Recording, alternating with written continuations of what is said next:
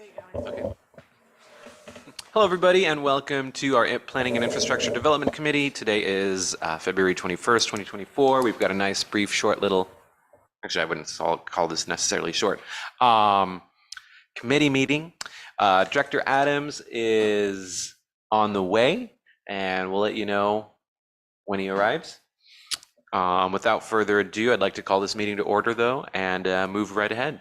Very good. Well, thank you, Director, and we welcome, obviously, other board members and the public. And with that, I'm going to go ahead and turn it over to our Chief of Planning and Infrastructure Development, Mary Moskowitz, for our monthly report. So just because we're an intimate group here, I'll just stay seated if that's okay. I can go up to the Totally podium fine. if you, Totally cool. if you want. But so I'm going to begin with the update, just some general planning updates. The first one is an update on our bus stop inventory and shelter. So we've had our consultant go out. Now we had 1,100 bus stops on our list, and we've actually gone out there and found over 1,200. So there were a couple, as we kind of suspected, a couple out there that weren't on the list. And so what they're doing right now is completing the QA/QC, so making sure that all that information is up to date and correct. And they will be presenting a final report to the board this spring. So I don't know if you have any questions on that, or I can just move on to the. And it does include, it includes not only what's there and how much of what's there, but the condition. It includes the amenities that are associated with each.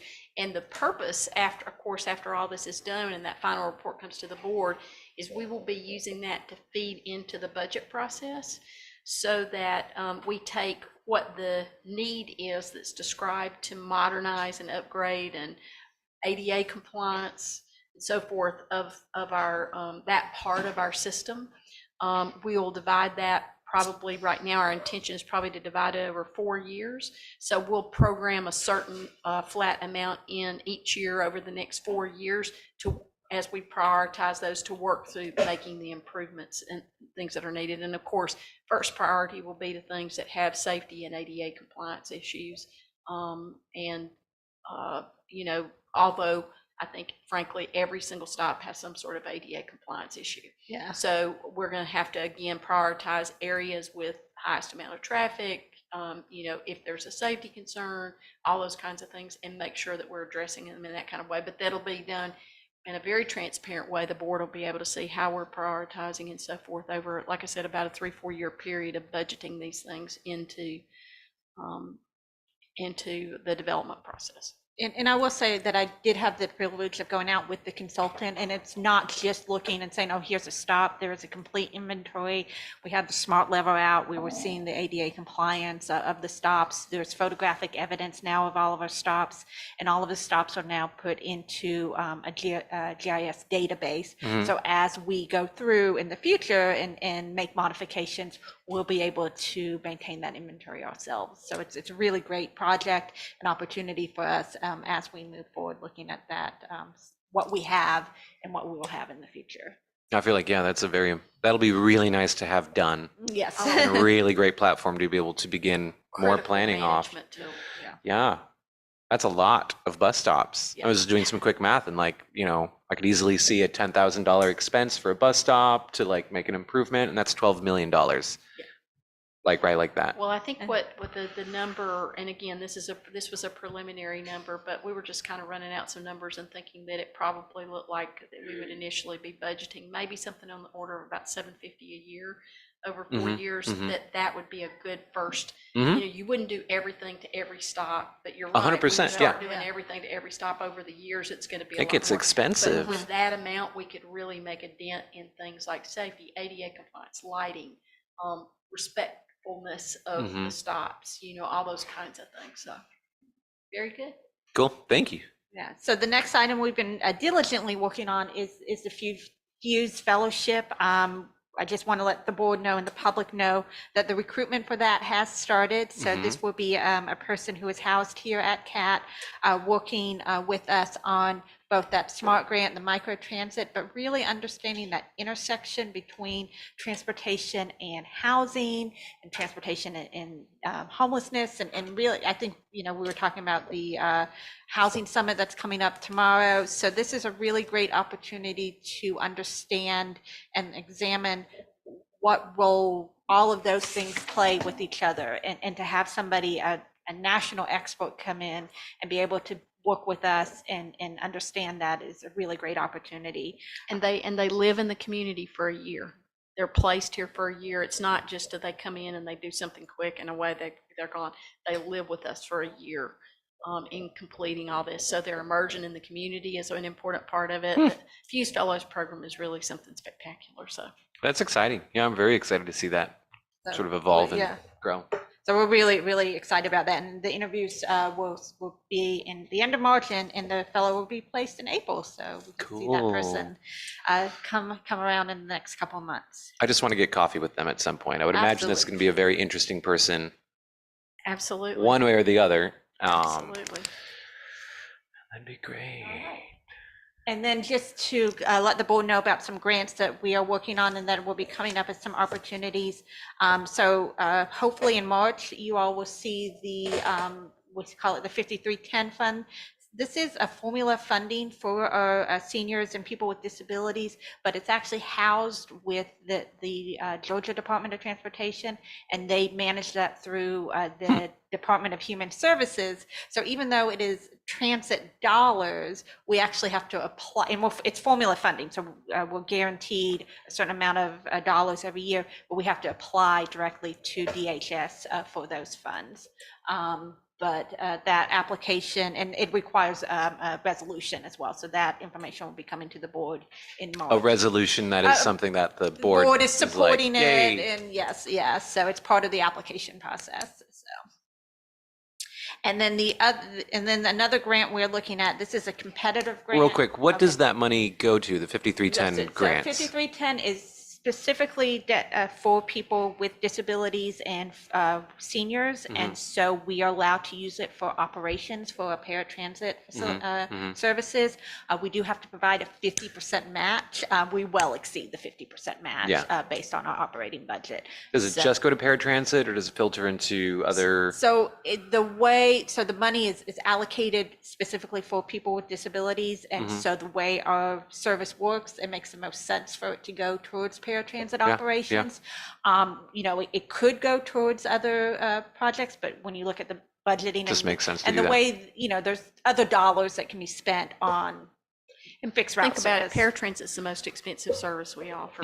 And so the notion that we have a funding source that helps to support that specific, very critically important part of our service is using it for that targeted use is really important. And around how much is that? So the formula, is it every year? Yeah, it's every year, and the formula funding is about $225,000 a year. So that really, it's great that we have it, but it certainly does not cover that entire expense that we have for our paratransit operation. But it certainly helps, and we are grateful that we have the opportunity to apply for that.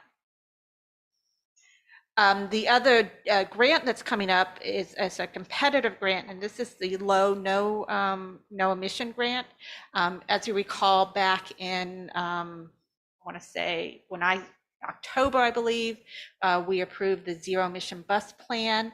And so what that was the plan that demonstrated the need and the fleet replacement as we move forward and try to transition our fleet to a zero emission bus fleet.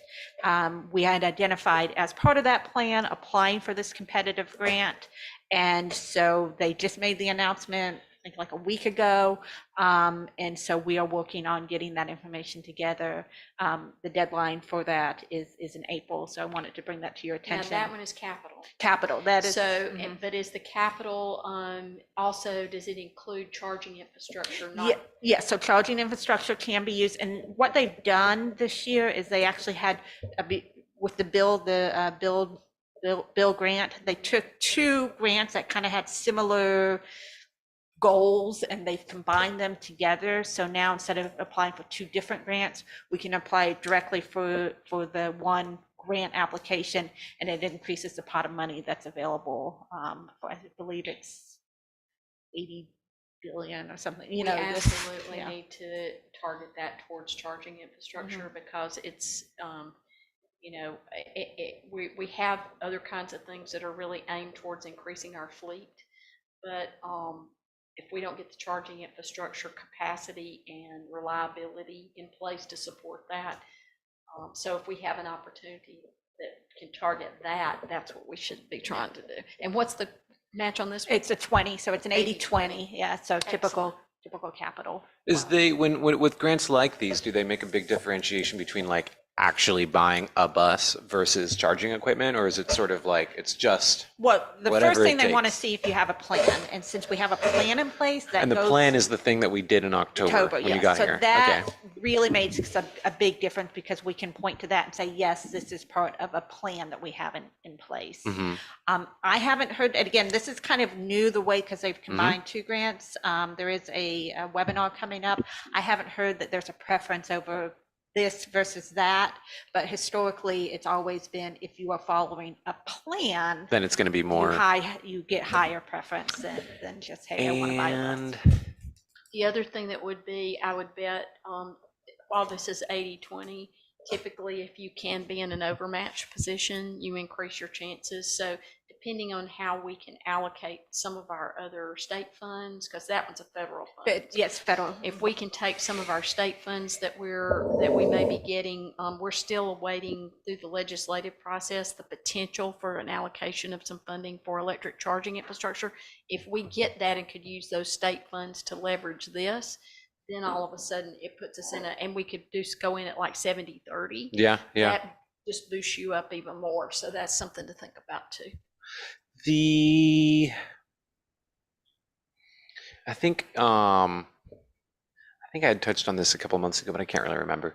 But I'm interested in just knowing more about sort of how the electric vehicles are working for us. I think there was a plan to sort of divide maintenance, because I know we get some details on sort of like breakdowns and how frequently breakdowns are happening. Dr. Manny did provide that report in his service delivery updates, great. And I don't have that information in front of me, but you will be getting that, as that is one of the items he does address in his service delivery. And then the other question is, I remember this is a couple years ago now, but when we first were getting the electric vehicles, there was a whole conversation about pricing electricity from Georgia Power and being able to lock in a price. And I know we're able to see receipts for fuel.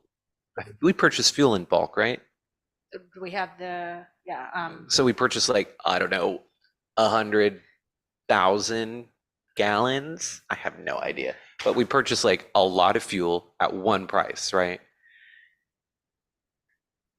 Okay, this is just a curious question for me. This might be a bit off topic of this, but I am actually quite interested to know how this works. So when we buy fuel for the buses, is it sort of like buying like stock futures where they are required to sell us that fuel at that price, or do we buy it and we have it here on the lot and it's our fuel? Do you know what I mean? She's nodding.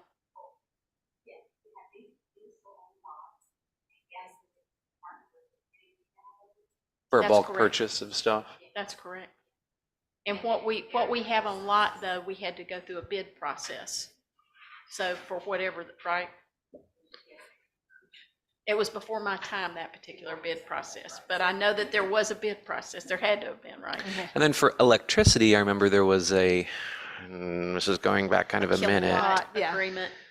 Yeah, and it was because we're also charging at night. So when electricity is usually less expensive. Georgia Power prefers us to charge at night. Yeah. And so some of the technologies that we're looking at are like the smart chargers, so that they will charge when electricity is a little cheaper. Yeah. So that is something, we've been in discussions with Georgia Power as we build out our infrastructure. I think what's also going to be more important, and that's why I'm so interested though in this grant, is it is really important to have charging infrastructure here. We've also become aware of a law that was passed in Georgia last year, and it passed, that the city of Savannah just became aware of and made us aware of, that potentially impacts how we have to pay taxes. Because keep in mind, just like right now, when you go and you gas up at the pump, you're paying motor fuel tax, right? And your motor fuel tax turns around and helps to pay for roads and bridges and traffic signals and all kinds of stuff. Well, if that use is declining, both through CAFE standards and the advancement of electric or alternative fuel vehicles in the marketplace, that revenue source is increasingly declining. And so now what are we going to do? How are we going to have the equivalent of that on charging so that there's a source for continuing to fund transportation infrastructure in the country? And so the legislature passed a bill last year, and we are all sort of now trying to understand exactly what it means. And I should have a report for you on that, hopefully in my executive director's report next week at the board meeting. But right now it's still a bit of a working through it. So there's that. But I think that what I was going to mention is then there's this notion of how much charging infrastructure then do you want to have on site that you are responsible for and that you are paying that fee on, versus how much do you want to participate in a public system that like a public charging system that can charge fleets. Like, for example, if the city and the county and CAT, and there could be somebody else that does fleet type service, what if we all had some sort of common system that we were using to help support it, fleet type charging? I mean, I feel like I'm in a very without having a lot of information, that makes a lot more sense, you know, being able to like buy in bulk. I mean, like same with the City of Savannah partnership. I just think this is such an interesting thing, because this is like, we have our little buses, but like, you know, multiply that by like all of the cars and, you know, all of the everything. It's just really interesting seeing, you know, just how we deal with these challenges. But speaking on the motor vehicle fuel tax, I've got at that summit that I got sent to, the Georgia Transportation Summit, there was a conversation about a MUBF study, or a mileage-based user fee. And so I have in my car right now like one of the little GPSs, and I get emails saying like, here's how much you would pay in the future. Oh, that's good. Yeah, it's really interesting. They sent it to me for free, and I would like, I don't know, you guys are like nerds about this stuff like this. There are other places that do that. We've resisted that long and hard in the South. We really have. So but it'll be interesting to see. But no, it's a whole East Coast thing. And it's another way, though, of thinking about, I mean, the truth of the matter is there's got to be a fundamental way to finance or to support financially transportation infrastructure that's for broad public use. And historically, that's been motor fuel tax. Well, if motor fuel tax is no longer the reliable source, then what is? Do we start to charge people on a usage basis, and it's like you pay it in with maybe the renewal of your tag every year based upon the mileage that you did all year? Or do we do it through some mechanism in your car that's collecting it, and then you're auto charged, almost like paying a toll? Or are we paying it at the pump or at the charging station? So I just pulled this up. So like last month, January, I paid $158. This program is telling me that it's pretty close to, I paid about $158 in fuel tax. And if in their sort of model, I'd pay $159 in a mileage tax. But I didn't know that I paid $158 in fuel tax. I just paid for fuel. So it was fine. You know, I pay like, you know, $1 here, $1 there, and I can't tell. But if somebody wants to have me write a check for $159 every month, I might freak out because I already paid. And so I feel like trying to, you know, I don't want to pay it all at once. We have some fundamental policy questions that we've got to deal with as a country and as a state. And so I'm really confident frankly, of the leadership at Georgia DOT and others in leading that. I do think that we're certainly aware of all that. But it's one of those moments where there's going to be this fundamental my shift. God. Yeah. And we've never had anything like that. Transitioning to that is going to be different and interesting for everyone. Wild. Appreciate you bringing that up. Yeah, very All cool, right. very cool. So we've got a lot of interesting conversations. So that's kind of what we've had going on in general planning. And now I'm going to focus a little bit here on some master plan updates. And I'm going to take you back in time here to our November service change, just to remind the board and the public some of the changes that we made. And this will come up later when we talk about ridership. We have the Route 25, which we increased frequency on to 30 minutes. And that's the route that goes down Martin Luther King Boulevard. Route 17, modifying that to go all the way to end at the Walmart. And then we restored Route 11, which provides service to the hospital along Reynolds Boulevard Avenue. I'll get that straight soon. So just keep in mind, so those are the routes that we've added service to. So then if we go to the next slide, this is a month-over-month comparison. So to compare where we were in January of 23 to now this January in 24. So some of the things, again, I will draw your attention to. So red means that there was a decrease in ridership. Green means we see that increase. I just want to point out on the Barnyard, we're going to be making some changes to that with that March bid. There was some customer concerns about the way that route ended, and so we have restored service that's going to go all the way to both the Walmart and then all the way back to the intermodal transit station. So hopefully we'll see some more increased ridership based on those changes. I will point out just as a star with the Clover there, the 7DC, that's great that we have an 85% increase in ridership, but it does not reflect that service incorporated the Route 29. And so we really combined two routes there. You'll see obviously that we now have ridership on Route 11 in that restoring the route and trying to promote that, and we may be looking at some, we've gotten some feedback from riders and operators about some modifications that we may be able to make with that, particularly with meeting some of the hospital schedules there. When you service a hospital, sometimes your service hours don't always meet the shift changes, so there may be some tweaks that we can do there. And then I'll also point out on our Waters Avenue, so we've got the 27 and 28. We are seeing some decreases in the 28.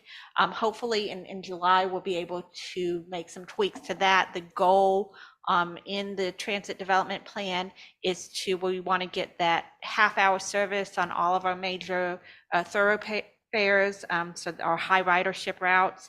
And so that corridor, the Waters corridor, is considered a high ridership route. And so we're trying to make tweaks so that we can have that half-hour service along that corridor, and hopefully we can see some of that increased ridership along that route. Mary, one thing too to just note, not necessarily in this report proper, but as you after you deliver the report, is the fact that the transit signal prioritization project is supposed to go live in, can't remember if it's March or April now, but the city advised the other day that they thought GDOT was going to be finished and it was going to go live. So we need to make sure that the coordination with Mark on the interoperability with our buses is ready to go, because that will be a reliability enhancer for our bus service in both Waters and Abercorn. Yeah. And I've kind of skipped around a little bit here, but going back in time, you'll see with the Route 25, we made those modifications. And so both Route 25 and Route 17, you're seeing that comparison to last year. You are seeing some pretty significant increases in Route 17 and some increases also in ridership on Route 25. And again, with those changes. I will also point out, just again, month over, year over year, we did see increase in ridership. But remember in January, we had one day that we did not operate because of poor weather. So even with one day of non-operation, we're still seeing an increase in ridership. The other thing, and just for transparency, the passenger per hour, you're seeing a slight decrease in that. One of the reasons for that is we made the decision in service planning that Where? so that's the very last columns there. You see that we went from 14.9 passengers per average to 14.7. Okay, and so a passenger per hour, that's the amount of passengers, it's gonna sound stupid, per hour. Yes. On the bus, on an average. So this is the average for the entire system. So you can see some routes, obviously, we carry more passengers per hour than other routes. And so that's a measure of efficiency when you talk about transit, because we're trying to move people. That's our goal. And so when you look at, obviously, if you're moving more people per hour, so we could have a bus that runs a lot and has a lot of ridership, but it may be running an empty bus. So what this shows is that, we are filling the buses as they move, or, in some cases. What columns do you really look at? Which ones? So I think the bottom line is kind of the total there. So you can compare the totals of each route, and then you can look at the percent changes, because I think sometimes when you just look at raw numbers, it doesn't mean anything. Yeah, it's sometimes it's better to look at those percent changes rather than just look at a raw number. So a couple that are sort of bouncing out to me are the Forsyth passengers per hour. That's a lot. I mean, that's just sort of like, that's a relatively small bus most of the time. 30 passengers an hour sounds like it's full. Mm-hmm. So we have on that particular route, you have a lot of service. So so it's not just one bus running. So it's maybe you're going to have, that's a 15-minute headway. So that's 4 buses running every. But I'm also a little concerned that it went slightly down because. So I think if you look, so historically in this area, January tends not to be a lot of ridership, and then also, as I noted, we had some weather events in January that may have impacted some of the ridership. So particularly, I think on the DOT shuttles, that's your 7DC and your 7F, those tend to be a little bit more of tourists tend to ride those too. So if you have any impact in non-residents, you're going to see that mostly on those two routes. I say the 7DC gets more residents than the 7F. But the 14, I mean, that just continues to be just like such a powerhouse. Yes. Like double the next. Yeah. Yes, and that's Mm-hmm. So again, and I'll just like, if there's any opportunity to add more buses or more frequency or more whatever, I'm always pro Route 14. I think that the transit signal prioritization project, I think it's going to be super interesting to see sort of the before and after measurements of performance once that's implemented. I mean, it's not going to be anything incredibly dramatic, but it is going to, I think it is going to be, it's going to be noticeable, but not dramatic. And so I'm at least that's what I think. So we'll see when the numbers actually come out, if the facts bear that out. And I think one of the things, especially when you look at kind of choice ridership, it's really about that reliability, and having projects like the transit signal priority really increases the reliability of our system, because now our bus, I like to say sometimes our bus is stuck in traffic, just like your vehicle is. Yeah. Now with transit signal priority, we can alleviate some of that. Are there any updated changes this year to 14? So the 14, other than traffic signal, the traffic signal priority, and then we did look at, there may be some opportunities to do some schedule tweaking. So not necessarily adding additional buses per se, but just tweaking the schedule to get more of that reliability, because I think that's something that is important as well. So not just the number of buses, but how reliable. Okay, and revenue hours is also just revenue hours. So that's the amount of time the bus operated on the system. So it looks like the average is like 500, and then that one is 1,800. So it's just It just runs a lot. it just runs a lot. Yeah. So And there, we can do things. I mean, sometimes it's just the bus, the number of buses, but then also again, we are operating in traffic. And so if a bus is stuck in that same congestion that the vehicles are in, the revenue hours are also going up because the bus is in that operating as a service. So sometimes the way to alleviate that is to add a relief bus. And so that's going to increase your revenue hours. And say again why the passenger hours, I think I was looking at something else. Why those are down? You got me going down. So one of the things we've done is, because we wanted to make our schedule better for the operators, is we added some time to our schedules for the operators, just so you could have, a more reliable schedule that you want, people want to get, in our case, it's 5 a.m. to,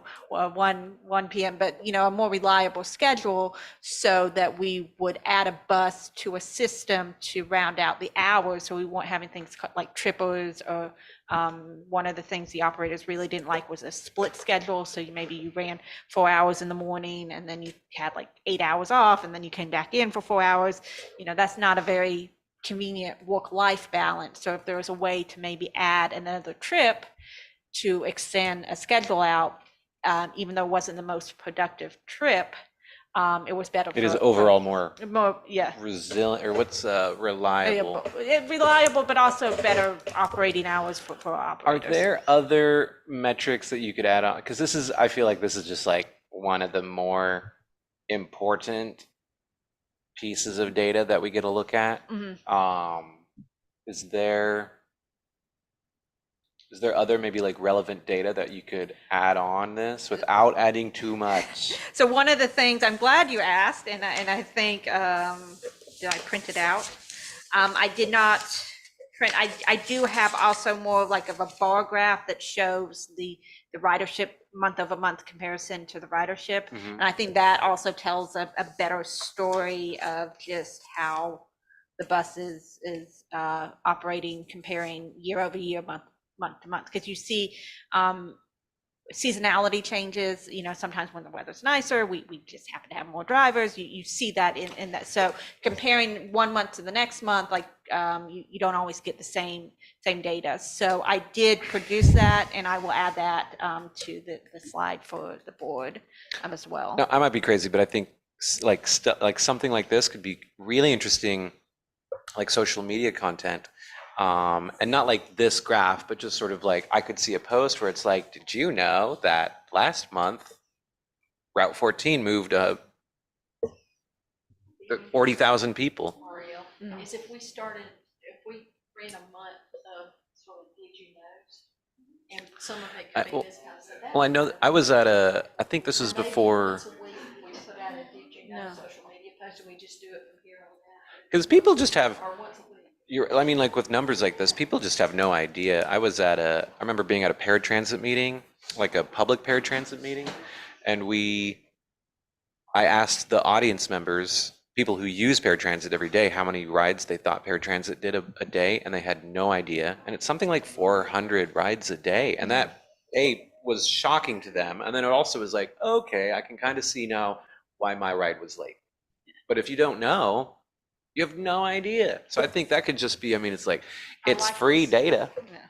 I love the suggestion of starting a weekly did you know post that's a part of our social media post. Just because, like, I don't know, like how many gallons of water does the city of Savannah use? I have no idea, Very good. All right, I'll shut up. That's Thanks. okay. No, these are great suggestions. They are. So, all right, that's all I got. Well, guess what? That's all I got too. Okay, cool. All right. Yes. So you were going to talk about master transit plan, was that? That was yeah.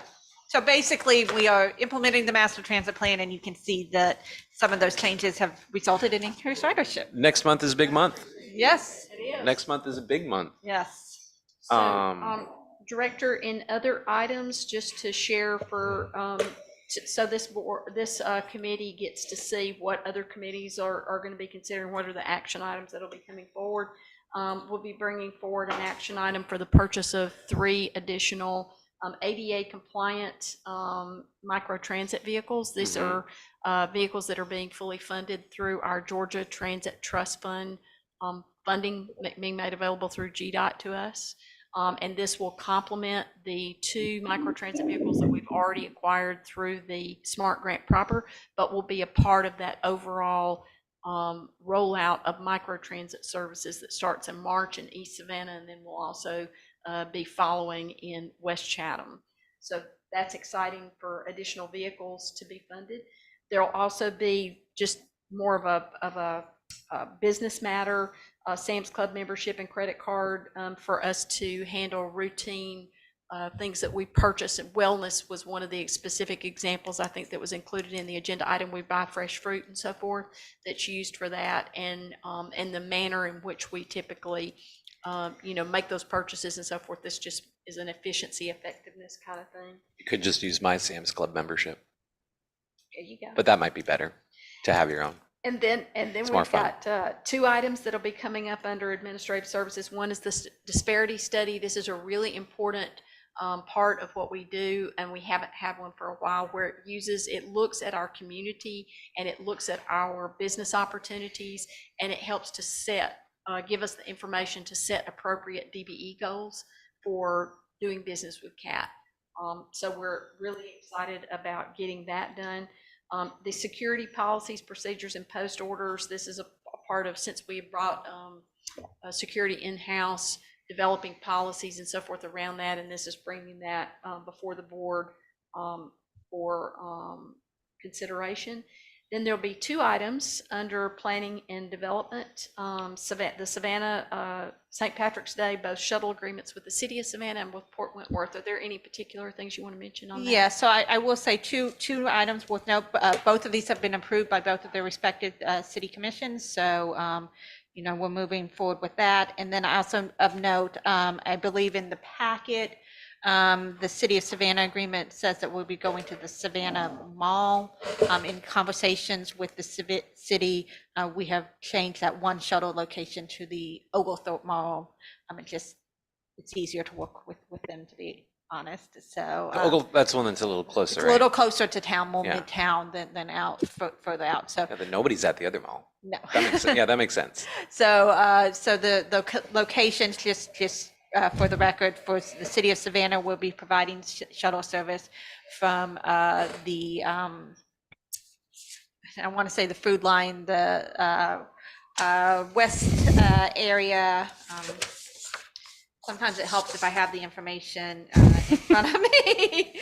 So where's Port Wentworth coming from? That's from. Oh, that's from I know that one. So that's the Publix on Rice Hope, and then we'll also be stopping at their new city hall. Their new city hall. Yes, and then that will then go to the Intermodal Transit Center, and then for the City of Savannah, it's the West Side Shopping Center in Garden City, the Island Center, Walmart, and on Whitmarsh, and then the Oglethorpe Mall, and then the West Side and Oglethorpe will be going to the ITC, and then for the on the Island Town Center, so from the east side, we'll be stopping at the Eastern Wharf, is where the city has asked us to move the drop-off location this year. So that will get you really close to River Street if you take our shuttle there. And there is a fee, the $5 fee for the shuttles, but the City of Savannah has agreed to sponsor 2 fare-free days. So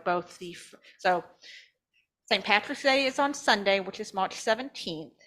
We will be having regular fixed route or Sunday service, regular Sunday service in.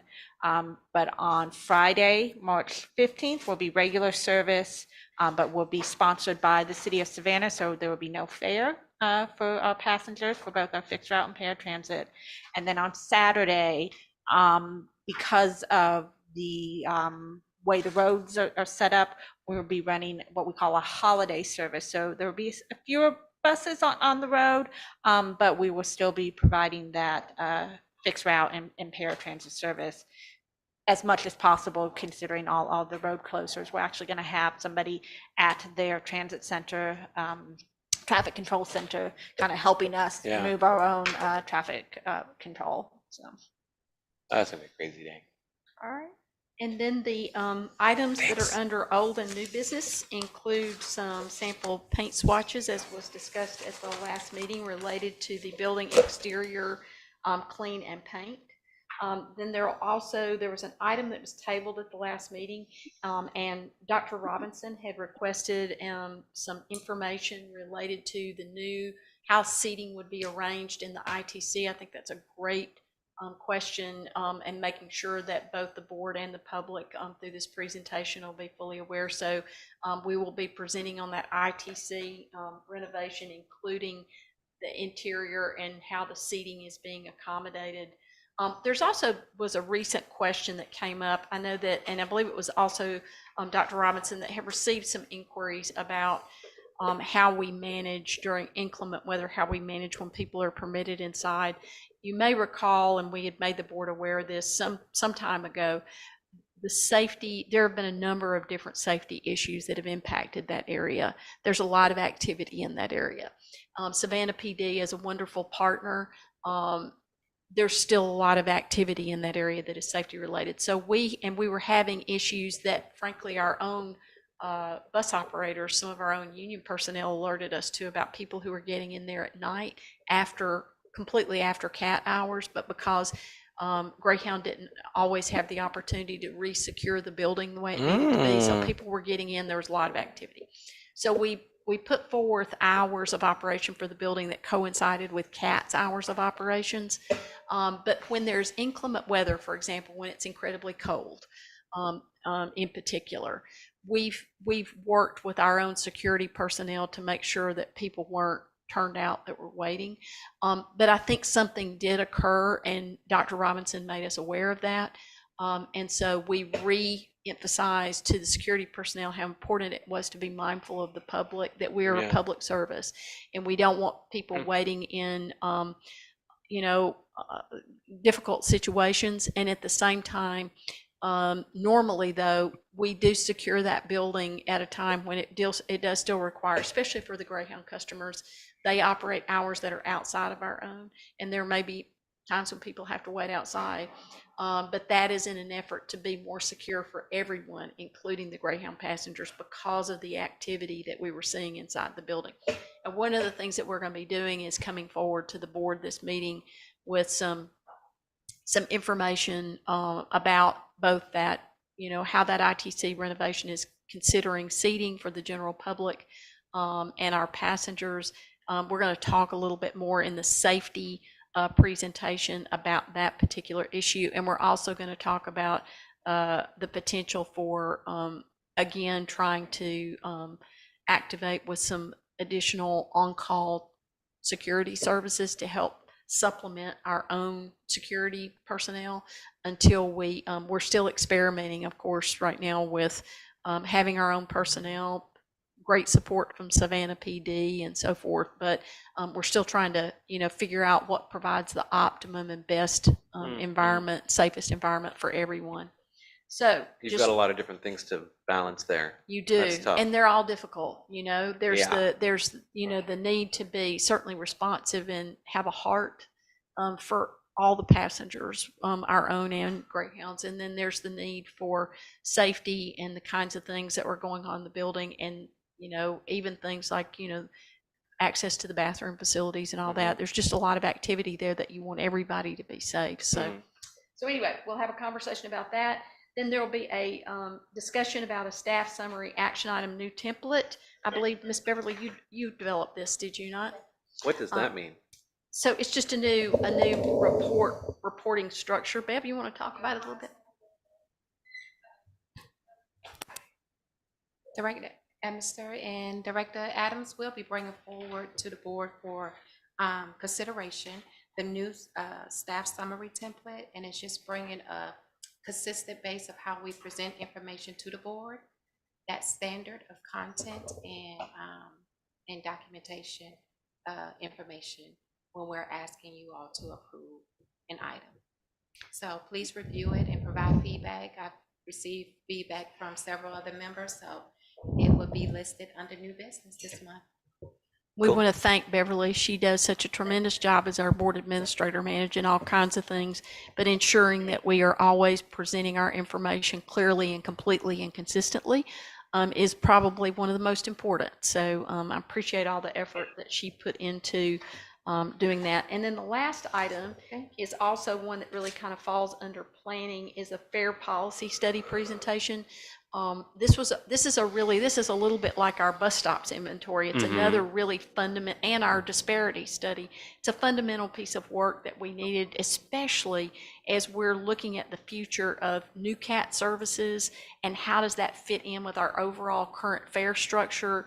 How does our current fare structure compare to our peers? What are the kind of foundational business things that we need to know so that over the coming several years, as we add new service lines and so forth, the actions that the board will need to undertake to potentially maybe implement, maybe there's a different fare for microtransit. What does that look like? Maybe there's a suggestion that there should be continuation of fare free in certain areas. There would be that, but it's the overall sort of looking at that and thinking about what is our business approach to that, not so the board has to take any actions right now, but so we're starting to become informed about all of those things so that as decisions do start coming to us, the board feels like they've got good, solid, reliable information to make those business decisions. Did you add anything else to that? Yeah, and I think so the important thing to keep in mind is when you're looking at a fair policy, and one of the things I think we'll discuss during the presentation is what are those goals and objectives? So what are our priorities? We had a really interesting workshop with the consultant about what staff thought those priorities were, but we want to make sure that we are consistent, because that's really how the importance of the fair policy is as we look at those new lines of business. What is the goal of a fare? Yeah. Also interesting too, because that's the service we provide, but since we're a public agency, you can kind of be creative with it.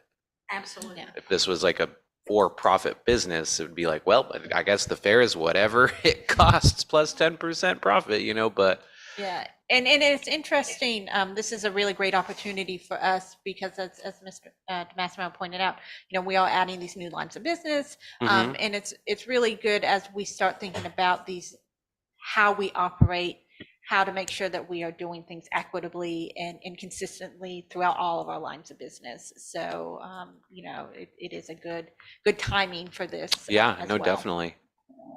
I think the fair is it plays a lot of roles. It really does. And it's a very sensitive topic. And to your point, we don't charge like based on what the market will bear in a profit. Yeah. We charge differently, and there are all these different considerations. So one of the things that we told them we absolutely wanted to anchor on is equity, because we anchored our master transit plan development in equity and really thinking what are all the lenses of equity that you need to consider.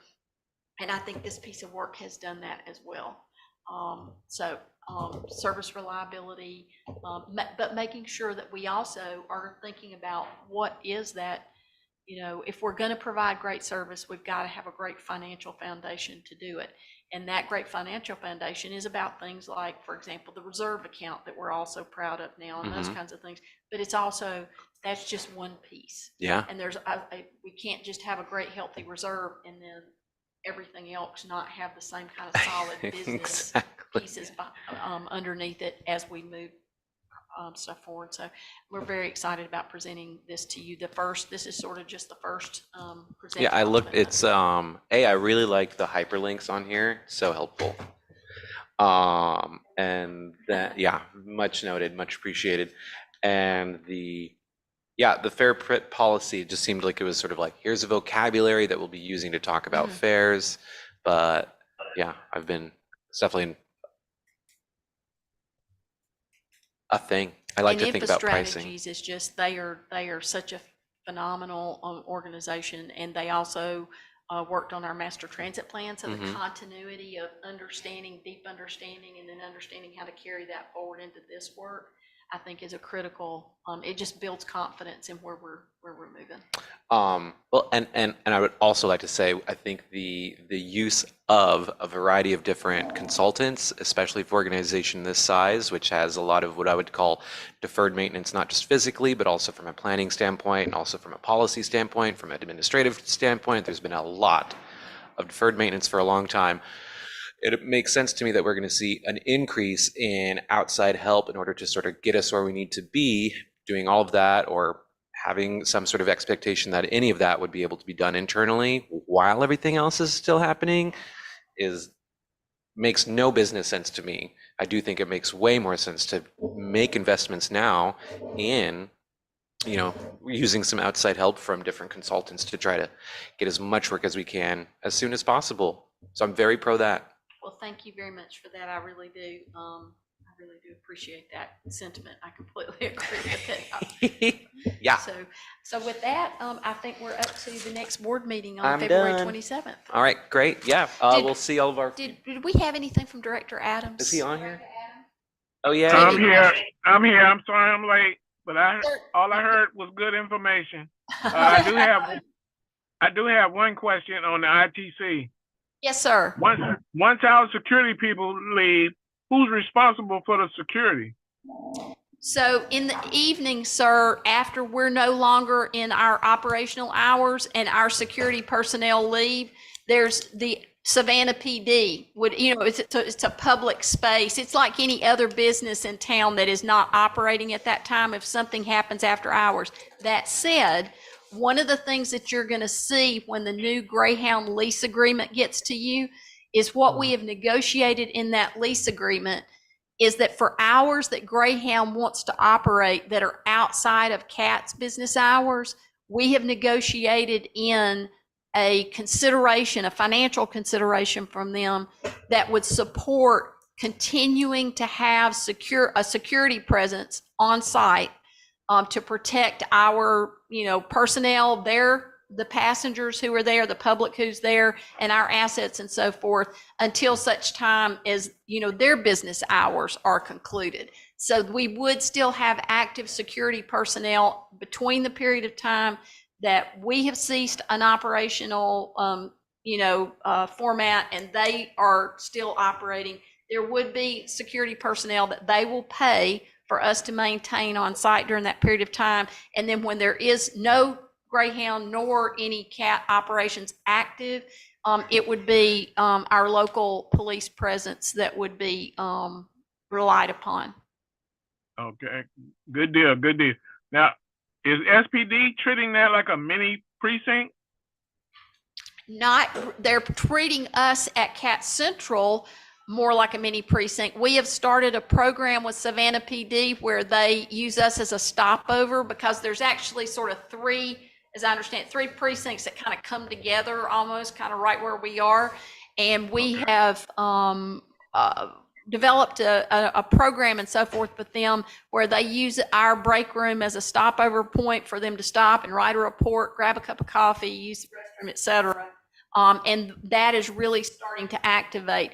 They don't treat that area down there at the ITC as a mini precinct. However, know that because of the high level of activity in that area, particularly around the Dollar General that's or Family Dollar that's right next door or right across the street from the ITC, and the shelter that's immediately behind it, there's just a lot of activity in that area that they're very aware of. And so I would tell you that their presence is strong, but they're like everybody else. They're understaffed.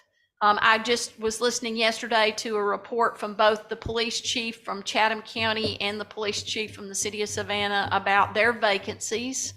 And, they're like all of us. They're trying to do a lot with not probably quite as much resourcing available to get it all done. But I will tell you that Savannah PD, in the circumstances that we have had where we have had incidents, Savannah PD has been very responsive.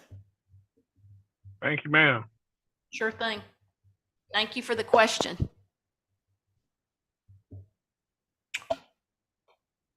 Okay, anything else?